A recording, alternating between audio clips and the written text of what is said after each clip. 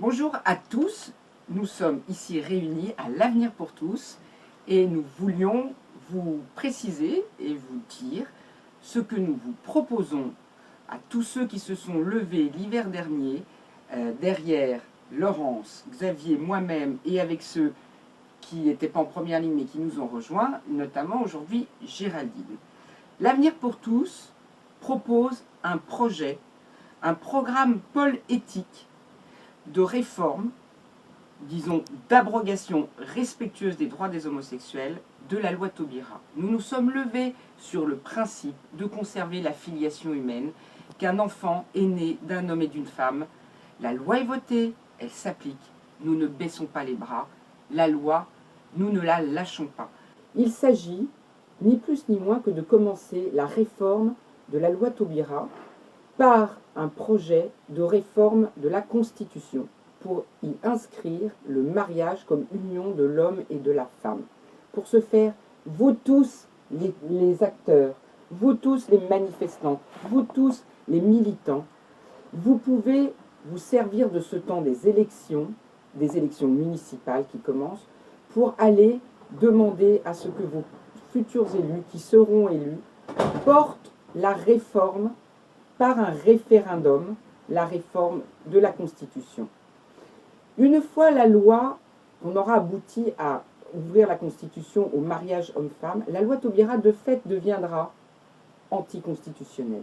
Et il suffira au Parlement de la remplacer par une loi d'union civile, d'alliance civile, et qui laissera intacts les droits d'union ouverts par la loi Taubira. Mais l'essentiel sera sauf, on aura refermé la procréation artificielle ouverte dans la loi Taubira. Aujourd'hui, nous devons commencer ce projet avec vous tous immédiatement. Il y a un site que vous pouvez rejoindre qui s'appelle l'avenirpourtous2014.com. Nous vous y attendons. Nous avons besoin d'être extrêmement nombreux dans toute la France. Les municipales commencent dès le mois d'octobre. Je donne la parole maintenant à Géraldine qui nous a rejoints et qui a monté un courant dans l'Avenir pour tous, un courant de droite, on ne va pas se cacher, il y a des gens de droite mais des gens de gauche comme vous le savez. Et donc Géraldine, tu nous expliques pourquoi nous avons la chance de t'accueillir maintenant à l'Avenir pour tous.